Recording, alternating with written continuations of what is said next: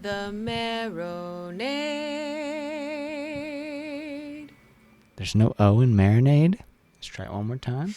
Ready? 1, 2, 3. The Marinade. Marinade.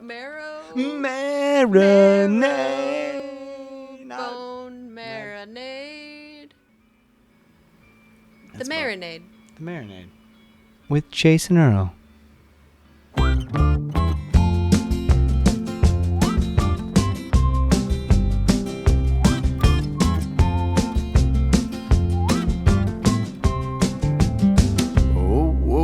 Yesterday's a history lesson, and tomorrow, baby, might never happen. Go fetch today, get to a tapping in the spinner out of your seat. Welcome to The Marinade with Jason Earle, a free-flowing conversation about the creative process with creative people. This is episode 66, and our guest is Kenny Roby.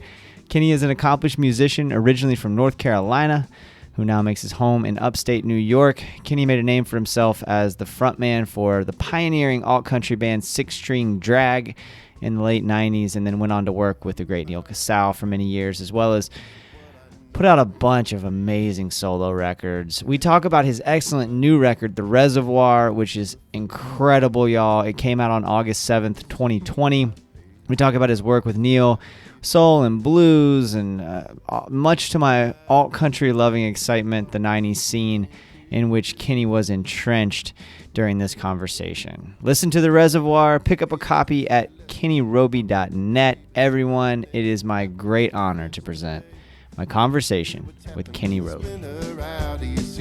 Oh, there's a waterfall just cross the way where that ain't too tall, 'cause I ain't too brave. Go pick up Paul on the way out the grave and get to the river with me. Can you see my face?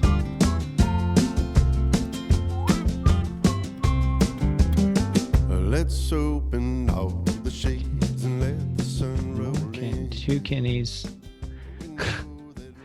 Oh, now I see you. Sorry about that. I was trying to avoid, I got a new laptop. I was trying to avoid downloading the Zoom app on my laptop, but there was no way around it for this Oh, time. yeah, they're going to get you, man. There's no way. You can use your browser, but I hadn't set it up to where it would let me access my mic. So here we go. All right. Well, man, thank you. Thank you so much for doing this. I'm really excited to talk to you about this, about so much. This record's beautiful, man. It's The Reservoir. It's gorgeous. You know, your good friend, the great Neal Casal, said, "I really believe we have a classic on our hands," which is a bold statement, especially, and super high praise from someone of his stature and experience. And I tend to agree. Thank you. So much to it, man. And you know, there's so much I want to get into. And I think right now, you know, everything feels so heavy for everybody.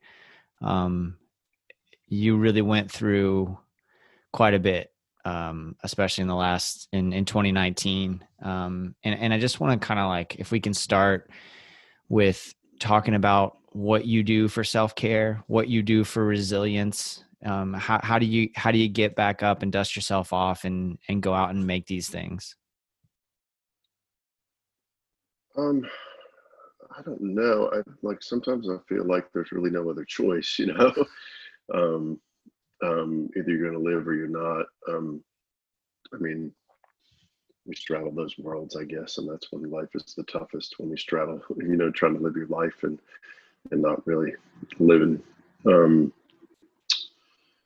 know, I don't think there's there's a magic key to that door, to getting through. There's all kinds of ways to open it, and I use all kinds of keys and tools daily, whether it's meditation or just practicing looking at reality and not paying attention to the future stories in my head, or, you know, the shame and whatever of the past, as they say. Um, just try to see humanity in myself and other people, and sometimes just look at the bigger picture, look at history a little bit. It's that I guess that paradox of, these are unprecedented times, and it's all happened before. Mm, Just like I'm a special individual, and I don't mean special with a capital S, like I'm great, but I just mean like I'm a unique individual. Yet, um, yet I'm not. I'm just another human. And I don't mean me as in Kenny, but me as in the individual, the I. I think that we're all. I was telling somebody the other day, it's like we're all clowns. We just dress ourselves in different makeup sometimes, and sometimes that's other people that put us in that makeup. And sometimes through our practices and our ignorance and lack of skill, selfishness or whatever, we dressed ourselves in that makeup. We put that makeup on, but you know, we all have our humanness and our suffering, and that helps me to look at that, to identify with other people and look at ways that we're similar, and not how we're different. I think that's I guess maybe that's, I don't know, my thoughts that um one of the problems in the world is, like, we all look at our differences rather than our similarities. We look for identification as a weapon rather than a tool, I guess. mm. um so those are things that I think about sometimes, and I talk to other people about. I make sure I keep in contact with other people. If I'm going down in the hole to do some work, so to speak, I Mhm. make sure that I have a flashlight and I have friends up top that are holding onto the ropes. Because, maybe in Neal's case, I really don't know. You can never know totally the mind of someone else and where they're at, and totally their heart, and their experience. But I know friends that have gone down in the hole, and some intentionally, to go searching for things, and they didn't come back. You know, I have a friend who just died in Thailand, in the middle of the pandemic, and we still don't know what happened to him. But I know he went there searching, and then the pandemic happened, and he was the type that went down in the hole. And you know, like I said, not that I could be so egotistical or bold, as to say I know everything about what he was going through or why he was doing what he was doing, but it seemed like he tried to go in himself, you know. And I think when we go to those places, they're okay to search for and to try to discover and learn something from. But if we're not careful, they can be pretty dangerous. And I think that, that uniqueness or that terminal isolation, instead of, I mean, one thing is solitude and one thing is isolation. And I think isolation can be extremely dangerous. And that's, I think, where a lot of people, suffer and have suicidal tendencies. Not that I'm a mental health practitioner, but from my own experience with me and friends I've known, I think it's the isolation that's the problem, and feeling like you're the only one, rather than sort of intentional solitude for learning, that's different, and to find something deeper. It's a tough That was a balance lot. too. Sorry. No, I love it. I love it. That's exactly, yeah. No, that's what we do on this show.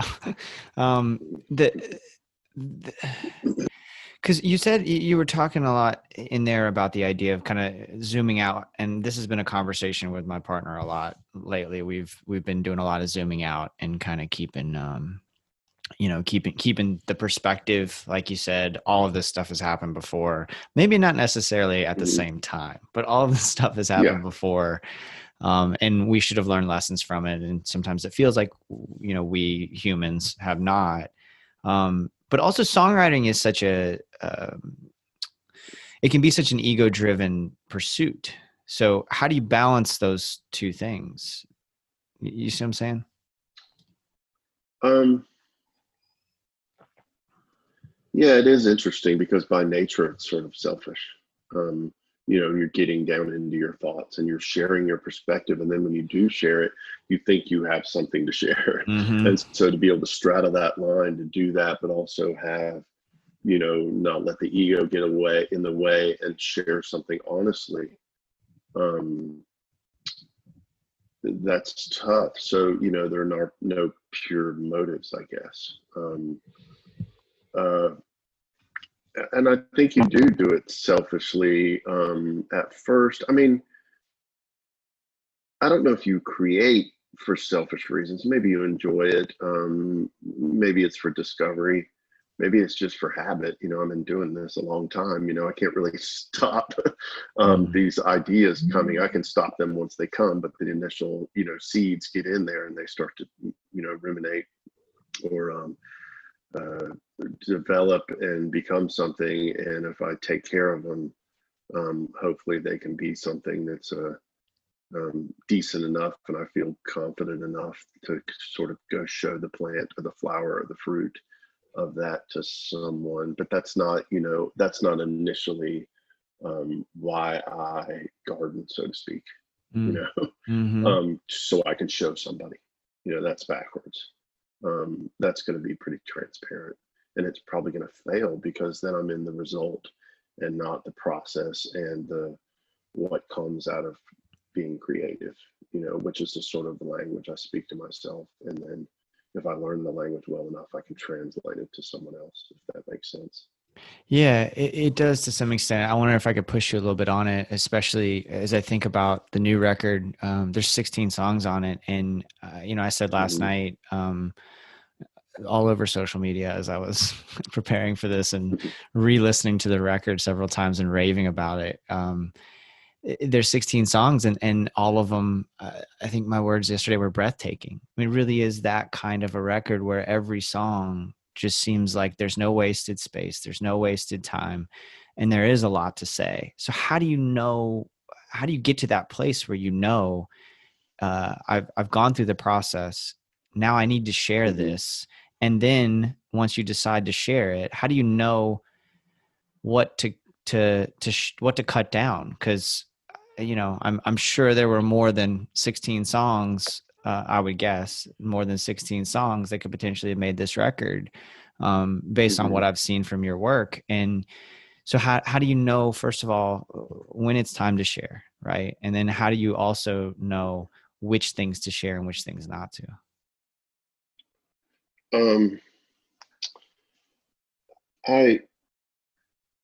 I think part of it is just experience of learning to sort of trim these things down and edit them and not say everything and having somewhat of a filter, to not get so excited at every thought that you have to share it like you do, I guess, when you're a less experienced or younger songwriter or person. You sort of get to be a newbie, like, woo, I got this thing and blah blah blah, I want to tell the world, and right. I became a vegan yesterday, man. Everybody should be one, and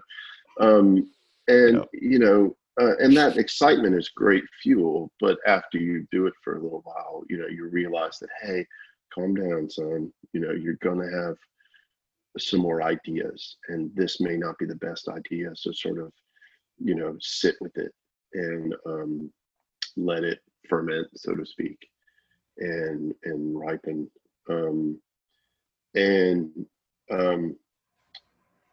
With this, like Neal and I discussed on this record about, here's an example. To answer your question specifically, I figured out over a long time of doing this, maybe I should ask other people's opinions. What a radical concept, so not be afraid to give someone I trust a very fresh idea before it's done, or, hey, this is a good strong verse in the chorus. What do you think about this being on the record? And that's what I did with Neal, because I trusted his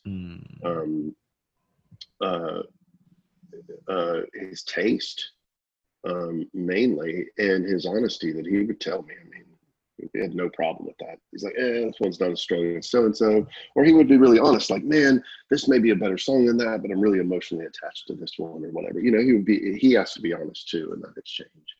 And so I would share full songs with Neal, and then I would share partial songs with Neal, and I would just give him, if they were close enough to at least get an opinion, close enough to be a good, strong start of a thought, and just trust his wisdom, and not too many other people around me. Like I said, I don't want to overshare stuff. Um, but Neal and I had gotten to where I'd sent him like 25 full songs or parts of songs, little demos that I'd done on my phone, or little voice memo demos. And, he'd gotten to where he's like, man, I don't know, man, we got to whittle it down to 10 or 12. And then, and we would go back and forth. And there was, 5 or 6 that, we both thought had to be on there. And then, I was down to 12 or 14 that I thought we should try, with a little bit of priority on some. And then when Neal died, and Dave Schools took over the helm as producer, Neal had sent Dave, I didn't know it, but Neal had sent Dave some of the demos, a handful of them. And so Dave already knew some of the stuff. And I started sending, we had more conversation on the phone and via text. We were like sharing all this music and influences, and, things we dug, and, not necessarily specific to how we thought the record should sound, but more just fun, just exchanging music. One day it'd be like old reggae, that didn't have a lot to do with this record. But anyway. This is you, Neal, and Dave all together. Well, no, this is when Neal passed away and Dave took over as the producer. Dave and I started exchanging texts and conversation on the phone. And so anyway, I started sending Dave some more stuff. He's like, "Oh, that's great. Oh, that's great. Blah, blah, blah." And then, then there was an instance of Silver Moon, which I wrote about the night of Neal's memorial tribute show in late September last year, which I finished on the same morning as I'm Gonna Love Again, actually. Oh, wow. And then there were 2 songs that were Just Because, and the songs Just Because and Watching Over Me, that were songs that I wrote like in 2004-ish, during and at the end and after the Mercy Filter record. And they seemed to fit this record, and I wanted to try those too. And so, Dave and I basically just picked 18 songs, and we had the right band who could pull it off. And we said, well, let's just do the Dylan old school or 50s, 60s like live thing, and just do as much as we can live, and just not purposely run through the stuff, but let's just not be precious and get in there and see how things go. And we actually recorded 18 songs for the record in like basically 5 or 6 days of people all there tracking. And then some mornings, like I do Don't You Know What's on My Mind, we did it towards the end. And I just like literally, John Shannon was in the loft sleeping at the studio. I could like hear him up there, like I think he was actually lightly, beautifully snoring or something. It was like 9 or 10 in the morning, and I'm down there on the floor in the studio, in the tracking room, and I cut Don't You Know What's on My Mind. Oh, wow. So, which is just me playing acoustic, Yeah. And anyway, that's a long-winded answer, but the short answer is, I've done it long enough, I think, that I've sort of gotten to trust my editing skills and what is good and what's worthy of sharing, at least giving a shot. And then I ask other people I trust. I trusted Neal, I trusted Dave, I trusted the musicians for their feedback. And that's something that trying to have to be the butcher and the baker and the candlestick maker and the captain of the ship and do all those things and wear all those hats really gets to be too much. And I'm slowly starting to think I don't want to produce my own records too much anymore. At least have a co-producer and someone I trust where I could just not wear that hat, and somebody who gives me the right feedback and is honest and says, hey, do that again, or hey, let's try this, or that also, like in Dave's case, that trust my ideas as well. Mm. And even when he's like, I'm not sure, I was like, just trust me, give me one shot at this, you Yeah. know, which sort of happened on the vocal for All Trains Lead to Cocaine. You know, I was like, man, how about this? How about a double vocal? Wait a second. How about we all double everything and play along to the track? You know, so I played acoustic and sang along to the track Wow. with the track, like John Lee Hooker style, like he did on some of his earlier 50s stuff on a few songs. And it just turned out pretty cool. So it's not a perfect vocal. We're not doing it to thicken it up. It just makes it kind of weird, you know, and ghosty. Do you remember where that idea came from? Like what John inspired Lee that? Hooker. Had you been listening to John Lee Hooker at the Or time, or the like song, or doing that arrangement no, style, doing that or doing arrangement style? Yeah. you know, I was listening to it, and it had a little bit of country blues meets John Lee Hooker vibe to it, and also I love when Doug's on double stuff. You know, not to make things like super thick, or it's just kind of a weird effect sometimes, and not make it perfect. Which Doug would double things, his vocals sometimes, and he would sing different word, like a different word, and just keep it and not even care. So it just did a strange thing. Um, uh, it wasn't because he was insecure or to make his vocal better. It was just kind of a cool trick. And there's a song, and I can't remember it off. I think it's the first John Lee Hooker record, and he does that. And I vaguely remembered it because I really listened to that record a lot. I'll come up with a minute with the title is when I was a teenager, and it just kind of, it's got this ghosty effect to it. And I thought, man, I'll try something like that, you know. Well, it lends And we itself to tried that it, and we were all particular like, song. whoa, that is, yeah, we were like, wow, that is like, Yeah. that's it, you know. And Dave was like, I think he even was out of the room, or maybe it was like I did it in the morning, or did it sometime when he was maybe he was outside, or maybe he wasn't in the studio yet. And we were like, Chris, the engineer, and I were like, hey, check this out. And he was like, oh yeah, that's it. So that's an example of Dave trusting the artist as well, and letting me try my ideas, and to help, you know, his whole thing was to help facilitate my vision, you know, and sort of save me from myself at times too, to save me from overthinking stuff. He would let me think stuff through, but he would save me from like getting in my own way. If a vocal was great and I start to get insecure and like, oh, I really want to fix it, like the vocal on Old Love, that was done live with the band, and I was like, I don't know about that vocal, man, but I played guitar live, I'd have to overdub, you know, a new guitar and the vocal. And he goes, man, you're not touching that. And I was like, are you sure? And everybody in the studio was like, dude, like, I was like, I don't know, you know, whatever, getting insecure, and I could do it better. And he goes, man, he kind of rubbed his arm like he got in the chills, and he goes, man, I believe that guy. Which is something Neal used to say, you know, Dave said in the studio also, like when he did, like Neal would do a great part or do a part that he really believed in on vocals or guitar, he would come in and say, and Dave's like, what do you think? And Neal would go, man, I believe that guy, you know, sort of third person talking about himself. And Dave said the same thing. Wow. Sometimes, you know, it's like, yeah, that's believable. Like, and that's because that is ultimately what you're looking for, is authenticity. You know, you're not looking for a perfect performance. I mean, look at Chet Baker. People sort of tear apart his jazz singing sometimes. And it's like, are you crazy? Yeah. You know, like I see him, I hear him, I feel him. I identify with that human, you know, and that soul and that creature. And why would you ever trade that for technical, you know?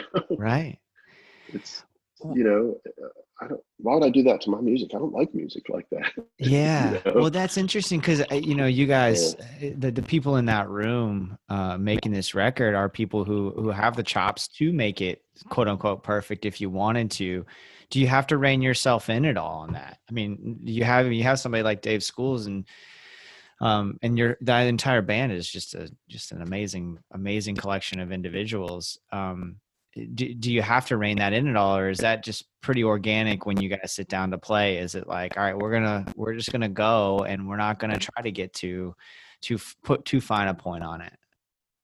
Yeah, there's something that people say sometimes is just wear it like a loose garment, Mm. and so still have clothes on. You're still inside your clothes, Yeah. but you're not wearing it so tight and uncomfortable, and it doesn't have to be form fitting. And um, you know, like those guys are so creative and so good and have so much experience. It's a combination of me knowing that and me being at a point in my life and career and art to where it's just too hard not to trust people. Mm. If you don't trust people, you probably shouldn't be working with them. As Uh-huh. I think both Keith Richards and probably Paul McCartney, I think, said it, it should be easy. Mm. It should be like riding a bike, and playing with those guys are for the most part like riding a bike. And you can tweak it a little bit, you could change gears, but for the most part a bike's a bike, as long as it's working. And with those guys it's very easy, and they make it easy. And at the same time, I was in a space to where I trusted people and wanted to let go, and not squeeze things too much. And so we finessed it, but we stayed on the road. We curve over here, go over, hey guys, let's pass this car here, to keep Yeah. using the bike metaphor. But, just sort of wear it loosely, and find, like, lightly tune it instead of like overthink it and drill it down to perfection. Of course, if I had an idea, I would say it. Or if somebody had an idea, sometimes they wouldn't say it, they would just play it, you know? Mm. And some of that stuff I might not have loved. And I was like, yeah, but I trust this. And I trust you guys that that's right. And I liked it later or loved it later, or which was rare. Most of the stuff I loved it, or at least was in the middle about it from the get go.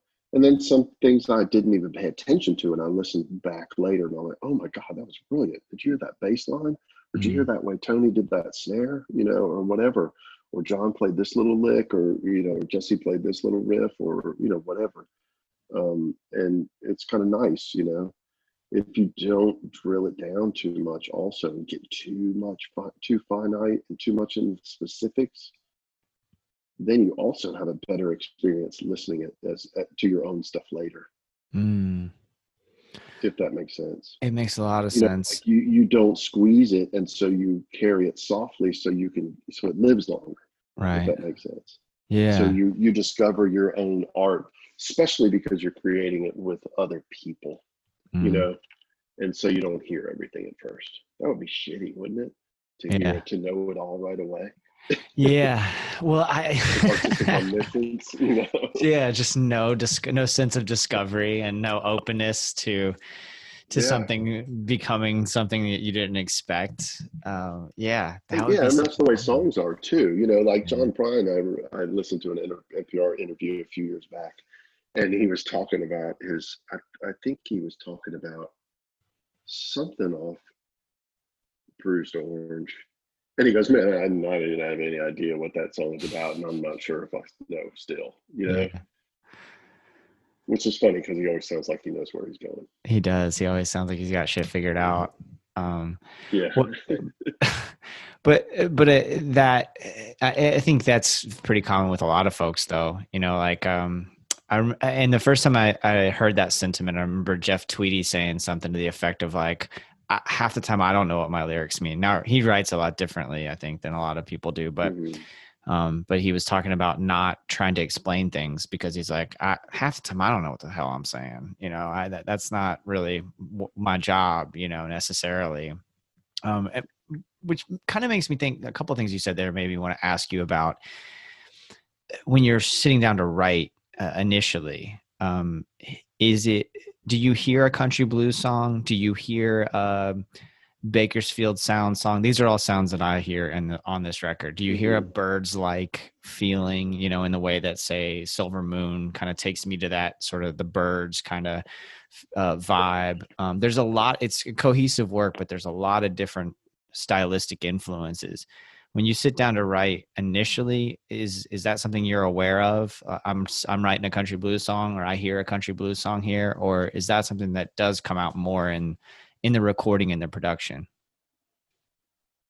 I think initially I sort of like, for example, if it's a song where I sort of have a line or two, and I sort of have a melody, I usually have sort of a rhythm. I don't necessarily know what the instrumentation will be, but if it's like sort of a jazzy ballad or whatever, something um, I it's really hard to explain.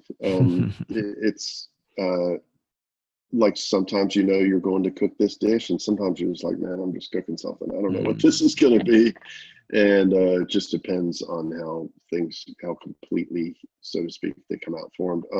Silver Moon, you mentioned, that was actually Bill Monroe and Stanley Brothers. Like that was the vibe. It was a real high lonesome thing.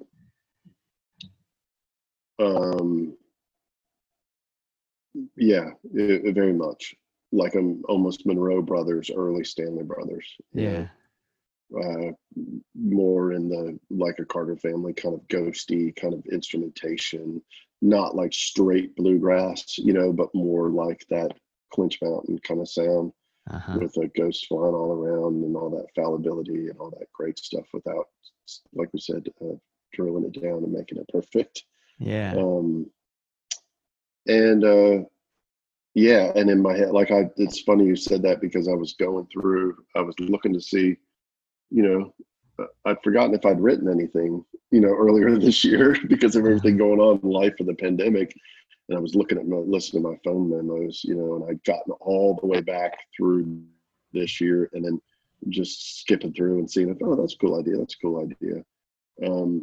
And I came across the Silver Moon that I'd written, day and a half after the memorial show for Neal, and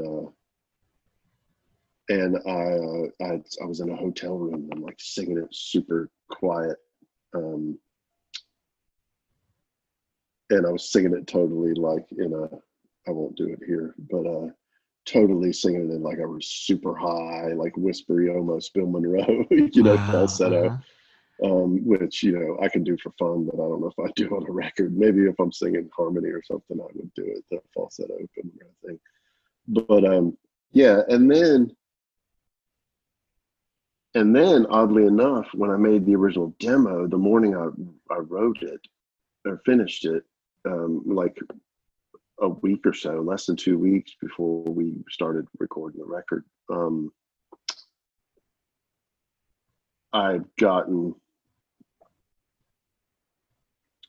down a lot lower, like went the other way, like super deep. And then we ended up, when we did the record and I got excited and we're in there with the band and we're arranging it, and I was like, oh, then it went back up in between.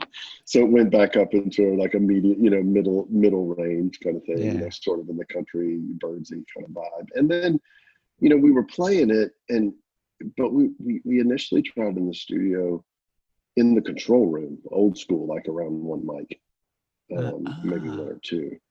And just like, hey, let's just stand here on this wood floor and in this controlled space and give it a shot. And like Tony was on mandolin, Jeff was on upright, and I don't know what John was on, but I think maybe somebody was on banjo, and we were just gathered around the mic, and it was okay, but it didn't have any magic to it. It was just like, it was a little bit trying to be something we weren't, And then I think the next day I woke up and I had it in my head, and I had that kind of California cosmic country vibe in my head, like meets the Bakersfield and all that stuff. And I was like, okay, let's try this again. Let's go in there and let's plug in everybody. I'll play acoustic. but John play telly, and Jesse play pedal steel, and let's try this. And then we started doing it. I was like, that's cool. I was like, but Jeff, how about you play like a super busy, like soul kind of bass line, sort of like some of that, California cosmic country stuff was, or like the Birds and the Bria Brothers was so cool. It's just like this super busy bass part on a waltz, and so yeah, it just sort of happened, like that, and we were like, okay, that's the way to do it, so we were willing to explore it, Yeah. And all that really didn't take that much time either, except for setting things up like mics for the acoustic thing. But back to what you were saying before, how do you know? It's like you should know. It should tell you very quickly, and you learn to quit beating that thing up. Well, yes and no, because you should know, but it started out in this place, right? And it ended up in this place, right? So like, yes, you should know, but that has to come from you just being so, as you mentioned earlier, just being so open to other people's ideas and feeding off of other people's energy and being willing to just be open to all of that, because you're talking about it originally being this bluegrass Bill Monroe kind of song, and then it ends up where it ends up. There's a lot of space in between those sounds, sure they have a lot in common, but there's a lot of space in between those sounds. So thank you so much for walking through that, such a step-by-step manner. That's really exciting to me, to think about where it started and how and where it ended up. And it's one of my favorite songs on the record. So thanks. Cool. Well, I think one thing you just just thinking about it and talking about it, I think ultimately you're also willing to throw it away. And that goes back to what we're talking about editing or having a little bit of wisdom and surrounding yourself with some wisdom and experience with people who have that and trust. If it wasn't right, it's not going on the record, and that's something I've learned on the last few records. It's like, man, don't put something on there just because you have this idea that it has to be on there, like don't be so rigid. If it's not, and if you write enough songs, you go, hey, there'll be another record hopefully, and it'll get on that one, like Chopping Block from Six String Drag's Roots Rock and Roll record. Like I wrote that song a lot of years before. That song was 2001 that song was on the Neal Casal on the Black Riverside duet record I did with Neal.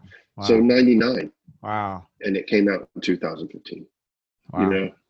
With the band version, and like I said, Watching Over Me and Just Because, those songs are 16 years old now.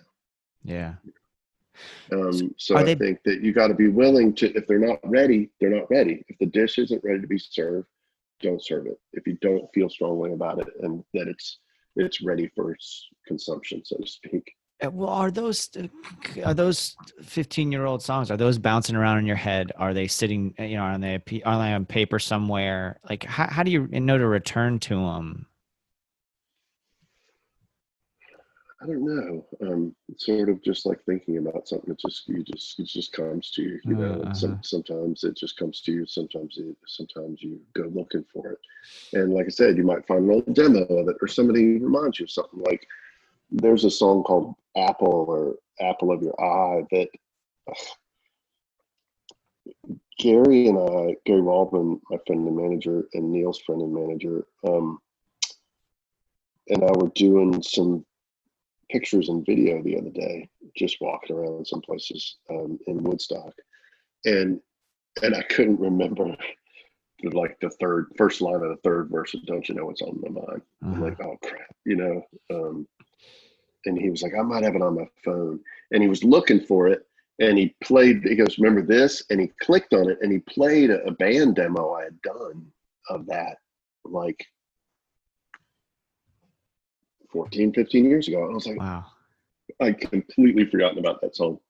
And I was like, man, that's a cool song. And he was like, yeah, that's why I saved it. Yeah. So, sometimes you gotta depend on the kindness of your friends to Well, remember stuff. that's awesome. It is such a good song, and it's one I wanted to ask you about because there's a couple of songs, history lessons like this too. There's a couple of songs that are like almost hip hop like in their cadence, like they're lyrically kind of have that they have that sort of like poetic kind of feel to them, where almost like slam poetry is probably a better way to say it. Yeah. You know what I'm saying?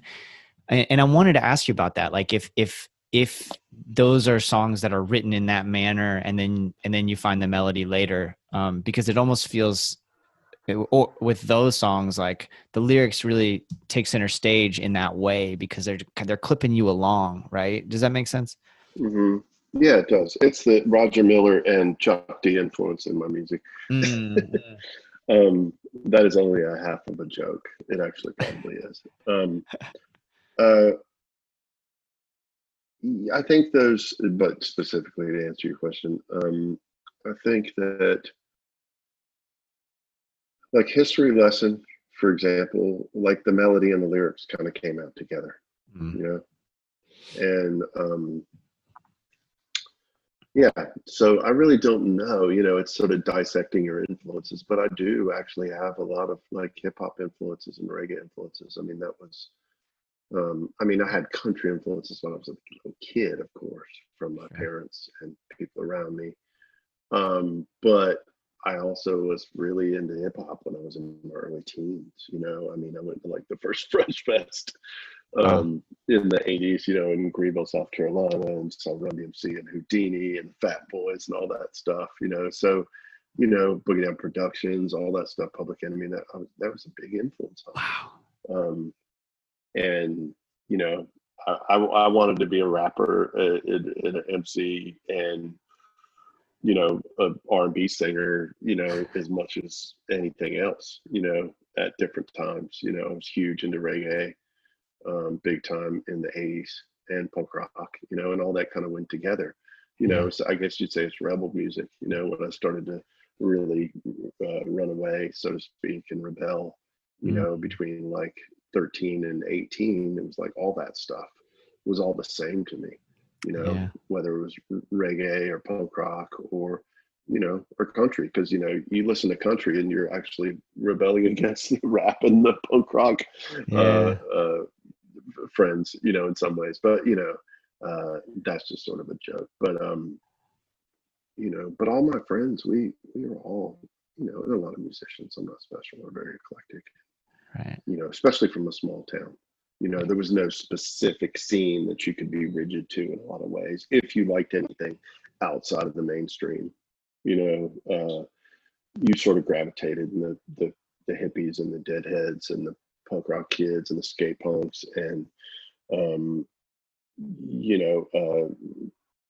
any kind of counterculture, drug scene, whatever, we're all, we're all hanging out together and playing each other music, sharing influences, discovering things, being newbies, at the same time, being newcomers, and, oh man, check this out, check this out, check this out. So, we would,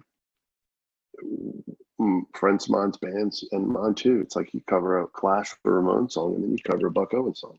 I mean, that seemed completely normal to us. Should be completely normal, right? That's awesome. It is. It's three chords and the truth. Yeah. Yeah. It was all the same thing to us, Yeah. I mean, my old band, the Lubricators, used to cover, like I said, we'd cover Ramones and the Stones sometimes, and we'd cover Tiger by the Tail, by Buck Owens, Yeah. And funny enough, it was one of people's favorite songs in our set a lot of times. Right. Oh, so making that jump into, which a lot of bands did, cowpunk stuff in the 80s and in the 90s, the sort of alt country scene, the alternative, whatever you want to call it, it wasn't a big jump for any of us. It was sort of like we all liked a lot of kinds of music. Sometimes there was some glue that held all together. I think Neil Young and Crazy Horse was one of those, Little Feat and the Stones and all that. That was sort of the glue that held all that stuff together. Um, Were you aware with that, as far as influences.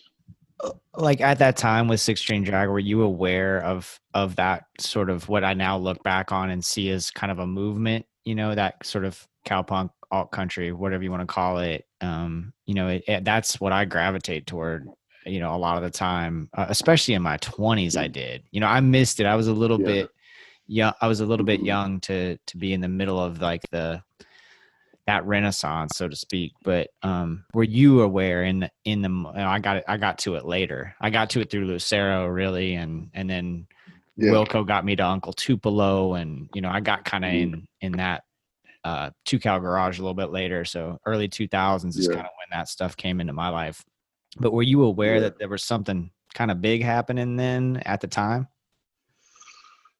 It's hard to say yes and no. I knew it was getting some exposure, and I knew that we were hearing stuff, and of course we were sort of like just on the tail end of like, we were like mid-period Jayhawks, later Uncle Tupelo, Mm-hmm. maybe not mid-period Jayhawks, but like, like in the like Six String Drag came, like we formed in '93, you know, Mm-hmm. and so I was sort of starting to lean more on the songwriter vein and the rootsy vein at the end of the lubricator stuff. Um, and so, it was sort of like you want to do your own thing, but it sort of pushes you that way as well when other people are doing that kind of thing. Mm. It sort of gives you, I don't know, permission. Maybe the rebel in me won't say that out loud, but I just did. Sure. It sort Yeah. of co-signs. Yeah, this is cool. Yeah, that is cool. Yeah. And Especially when you're young like that, that's you what we know. liked, and that's what we liked about that stuff. That it Yeah. did mix that stuff up. Um, and and It was a little bit the North Carolina scene, the central North Carolina scene, like Raleigh and Chapel Hill. I mean, I was visiting up there a lot, and then I moved up there in, I moved up there in '91, and then I moved back to Clemson, South Carolina. And I sort of started Six String Drag in early '93, and then when I packed up camp and went back to South Carolina, Rob Keller and I, my old friend who I'd known since I was a kid, he's older than me, but our families knew each other, lived in the same neighborhood. We started playing a little bit and trying out some of the songs I was writing, and then I started working at his record store. Mm. Him and his family owned a record store they just bought from another friend, and so it was the heyday of not only a lot of this stuff coming out in that early, alt country scene in the early '90s, but also reissues. Mm. Like tons of stuff was getting reissued on CD. Mm. Um, it was like the heyday, like the golden age of like all these great reissues on CDs, like like all the Bear family stuff, country stuff, blues stuff, jazz stuff, just lots of great roots music was either being remastered or reissued. Like Ron Wood's "I Got My Own Album to Do" came out, Mm. and reissued on CD, and so we were just soaking up so much of the stuff. Mm. Um, and I guess that's a bit of an aside, but as far as back in when I moved back to Raleigh, and then Rob moved up there, and we continued Six String Drag um, around '94, '95 up there. We made our first record in '94. It came out early '95. And things were starting, like bigger labels were starting to pay attention to it. Mm. It's like we were doing basically like, we started to middle slot the headline shows at the brewery in Raleigh, and us and the Backsliders and the Whiskey Town would open up, and all these other bands or bands from out of town would come open up. Like we'd have the Drive By Truckers come up, or we'd play down there in Athens at the Hi Hat. And so a lot of bands were starting to get a look as far as from labels, medium to bigger labels. Mm. I think that maybe some labels were looking for the next grunge. you know. Oh, And that's there was a interesting. lot of, and I think I mean, I don't know if that was really said, but it seemed like it. Like Yeah. they're like, okay, what's the next thing? What are we going to do here? Because that stuff was sort of dying off maybe a little bit, as far as looking for something new. And so, it was like bands like the old 97s were getting labels, record deals, and the Backsliders got signed to um, to Mammoth, and Mammoth became like a subsidiary. I don't know what they were at first, but then they were Disney. Um, and then Whiskey Town um, got signed to I forgot the label now, Outpost. Mhm. And I want to think they were a subsidiary of Gaffin. I can't remember, but or an imprint. And then Steve saw us. Like Whiskey Town hadn't been signed yet. The Backsliders just gotten signed.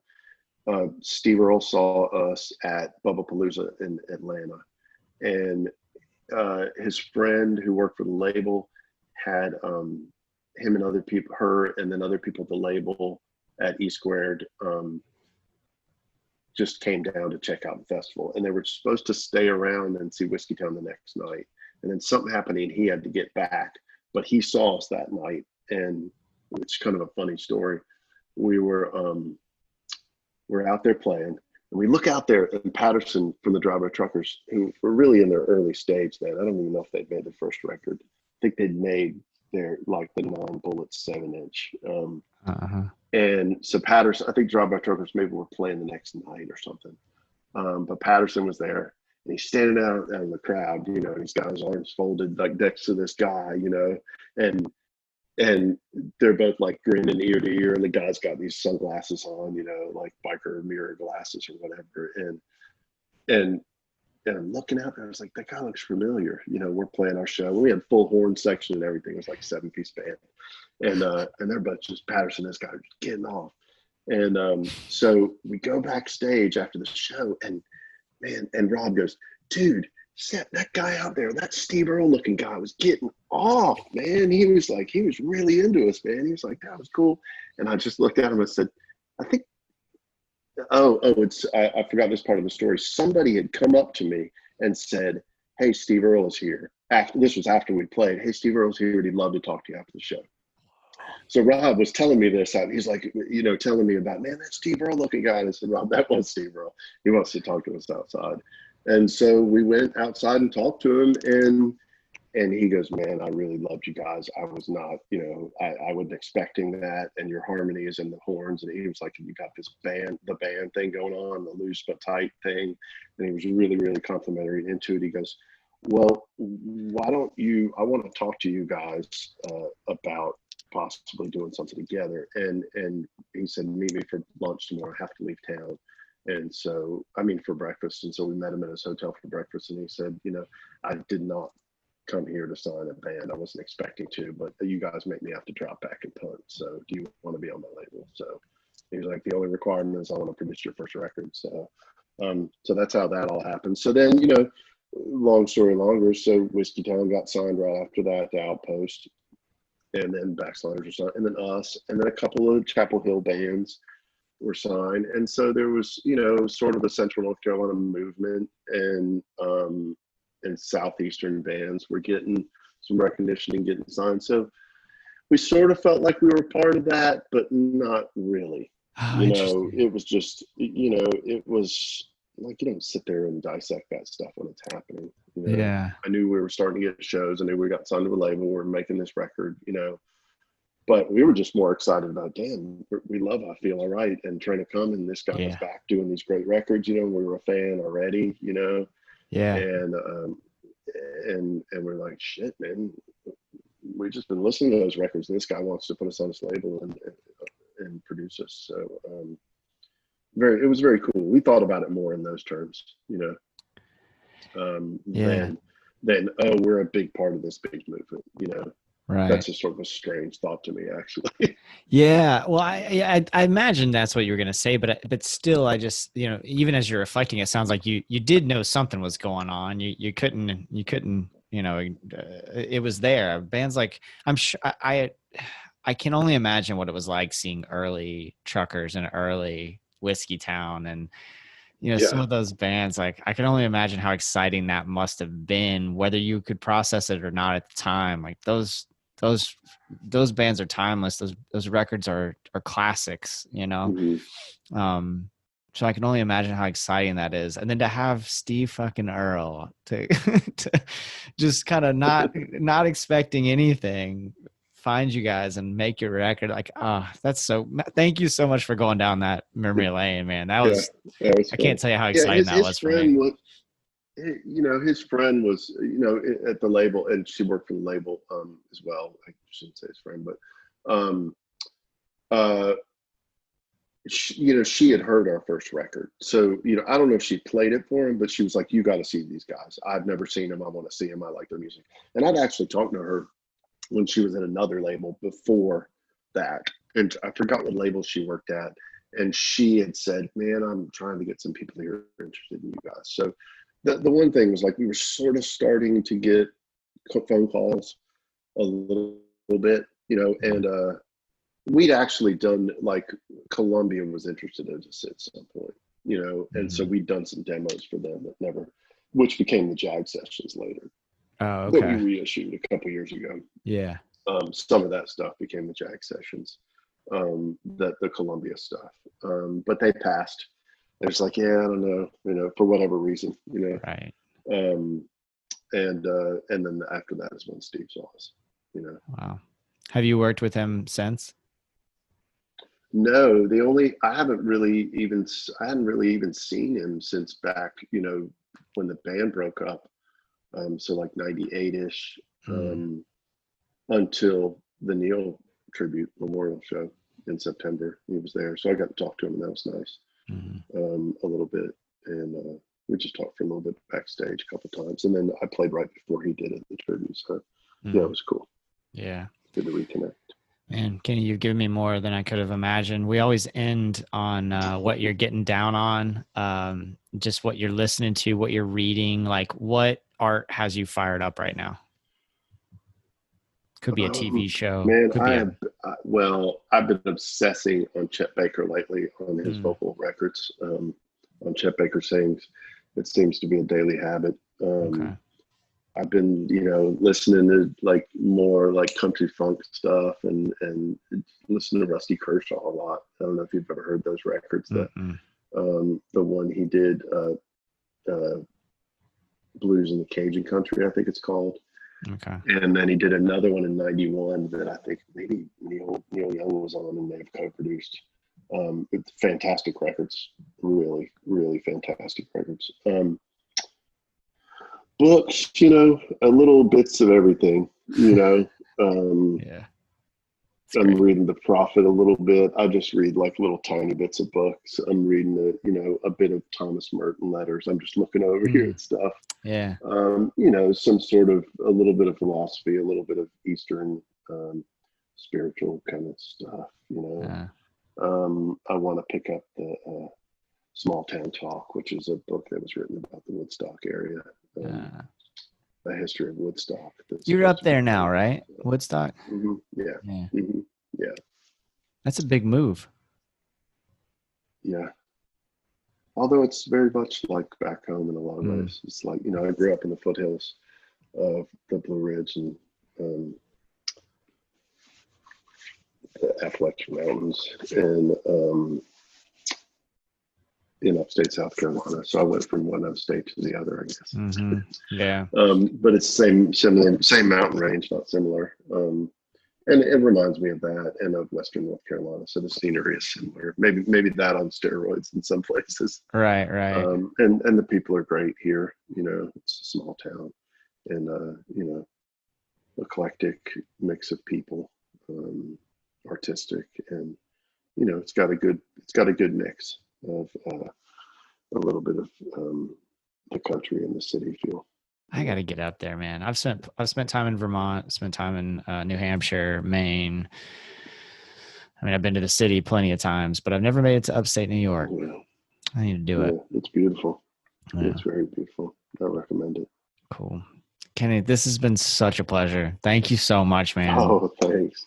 This is so much Thank you. fun. The record's amazing. It comes out on the 7th of August, right? Yeah. So right, this will probably be released right after that. So it'll probably be that Monday that Okay. I'll release this. So, Okay.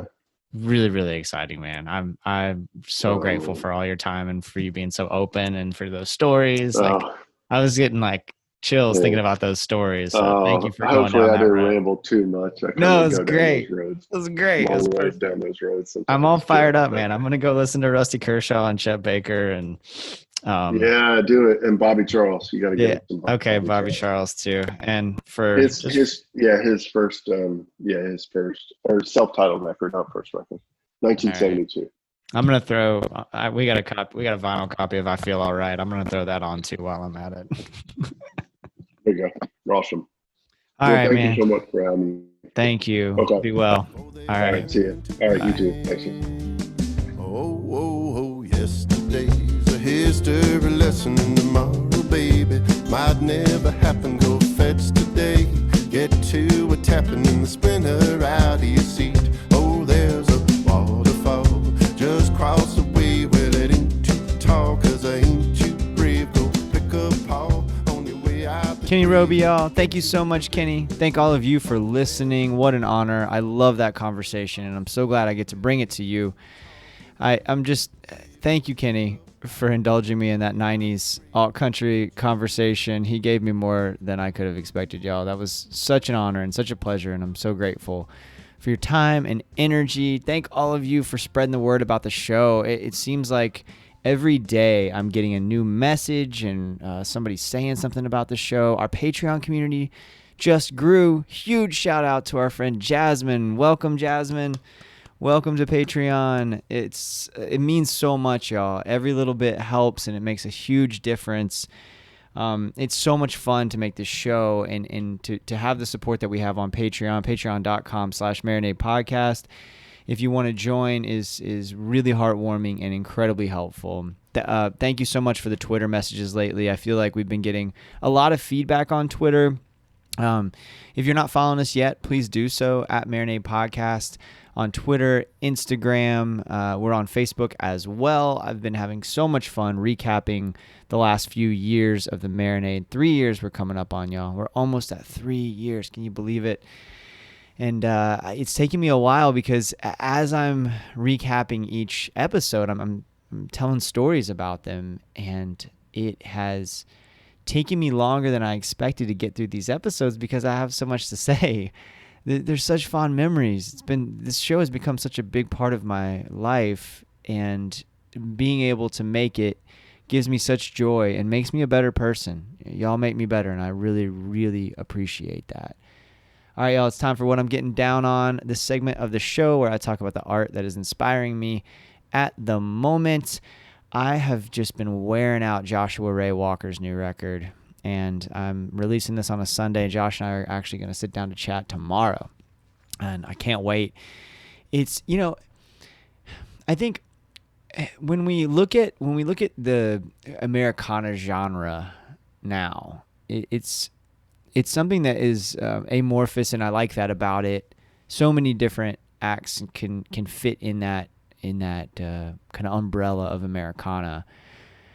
And then there's just some folks that are just straight up country music players and singers, and I think Josh is a country music guy, and damn it, I love country music. I grew up on it. And he just writes great country songs. So this record has taken me back to sort of an idealized version of what I was as a teenager and a early 20s guy, because it's the kind of music that I was listening to at the time on heavy rotation. Of course, I have always had varied interests, but my bread and butter was country music for so long, and I like that about this record. It takes me to a certain place. So excellent job, Josh, and I am so excited to speak with him. That's the music that I've just been totally wearing out, honestly. I've been revisiting a lot of stuff. So this conversation with Kenny led me down the 90s alt country path, and his band Six String Drag, that I didn't really know very well. I mean, of course I knew of them, but I didn't really know their stuff. As I mentioned in the conversation, my alt country intro was more Lucero and then later Two Cow Garage. And so I missed out on some on the heyday of it because I was listening to mainstream country at the time. So I've revisited those records, and then the performances that still exist, if you can find a few of them on YouTube, of Six String Drag, especially the most recent time they reunited a couple years ago. It's been so fun to go down that road, and then the whole orbit, like the whole world that Kenny orbits. So all the Neal Casal stuff, and rest in peace, Neal. We miss you. That stuff is like Neal's performances were just dynamic. Every one of them that I've seen, it was just amazing, and I never got to see him live. And it's one of those, like, you can't, of course, go back and change anything, and it doesn't do any good to regret. But he's been on my list. He was on my list for years to reach out to and get him on the show, and I just never made it happen. I don't remember if I ever sent an email. I don't remember if I ever tried to get in touch, honestly. But I know he was on my list. I mean, he's done so much. He's been in so many amazing bands, and he accomplished so much in his all too short life. But when you start going down that path, and you start listening to Kenny stuff, and you start listening to Neal stuff, man, you're getting into old Ryan Adams and the Cardinals, and that's gonna and then with Neal you can go to Willie Nelson, and just there's so many different directions to go that that's kind of where my brain has been musically lately. Reading wise, I haven't watched a damn thing because I've watching the Cincinnati Reds every night until unfortunately one of their players tested positive. So we'll see how long that goes. But I've been watching baseball almost every night, and it's been such a nice escape. It's been so nice to just, like, I can't totally turn my brain off with baseball. It is an intellectual pursuit for me. I do think about the game pretty deeply, but I am able to escape, right? So I am able to, like, forget about the world for a second and just enjoy the game. So I haven't been watching, like, shows or anything, but I have been reading a lot. I've been trying to take it easy on social media, and that's led to me being more focused on reading. So I've got 3 books going right now that I keep going to different ones, and I'm reading like 25 pages at a time, 30 pages at a time, and then I'll put it down and I'll pick another one up because it's in a different room, and kind of doing the Stephen King thing where he says to read as much as you can, and read in those little moments where you've got some downtime, like just read. That's kind of how it's been for me right now. So I picked up Electric Kool-Aid Acid Test again, which you may remember I was reading when I went to Gasparilla Music Fest, but I put it down to finish Steve Silberman's Neurotribes. Steve's going to be on the show coming up Wednesday, which I'm super stoked for. And then The Plot Against America by Philip Roth. I love Philip Roth and the way he writes. This book is fantastic.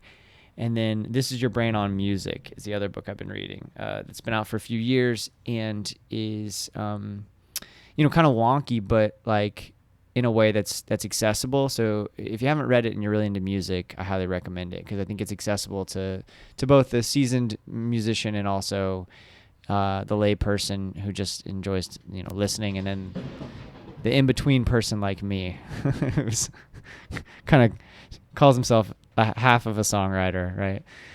Y'all, thank you so much. I appreciate you. I love you. You're amazing. Thank you so much for the support of the show. It has felt overwhelming lately in a really positive way, the support that we've gotten, and I don't take it for granted.